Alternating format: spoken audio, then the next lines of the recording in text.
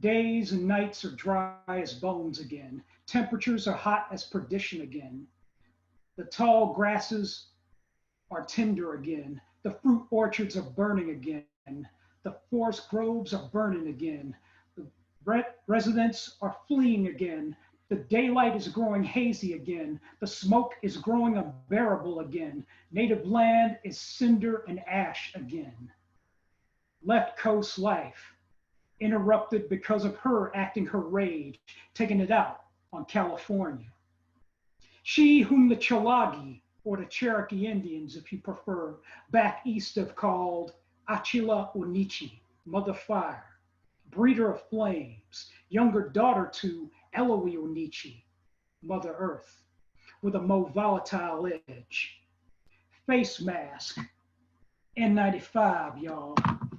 Sits on the shelf at home from a last rampage. Will it be needed for these uncertain dawns and dusk? Perhaps the biblical plague of locusts or Charles Fort's reign of frogs may follow. Many who had hiked through Canadian wilderness a century ago took notice of a bird in flight, a rare one-day Ojibwa called Washaquone, he who flies by night. At once a hunter, a guide, a trapper, a living made from the furs in his sight, a rare one-day Ojibwa called Washaquone, he who flies by night.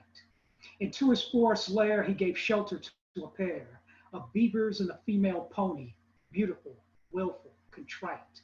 A rare one-day Ojibwa called Washaquone, he who flies by night. He recorded every caper onto pages of paper, turned articles and books, thousands read his every insight. A rare one-day Ojibwa called Washaquone, he who flies by night.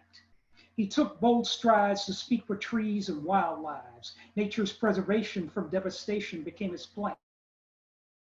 A rare one-day Ojibwa called Washaquone, he who flies by night. Then he traveled to an evening powwow where he'd shown native chiefs how. He embraced their ways, mastered their sacred dances by firelight.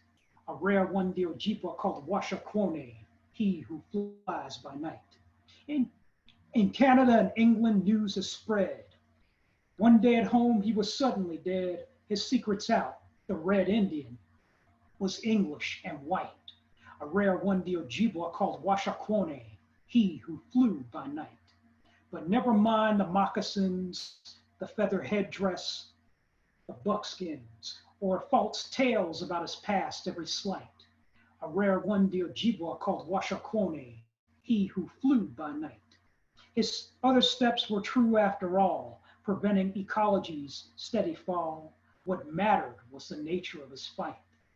A rare one-day Ojibwa called Washaquone, he who flew by night.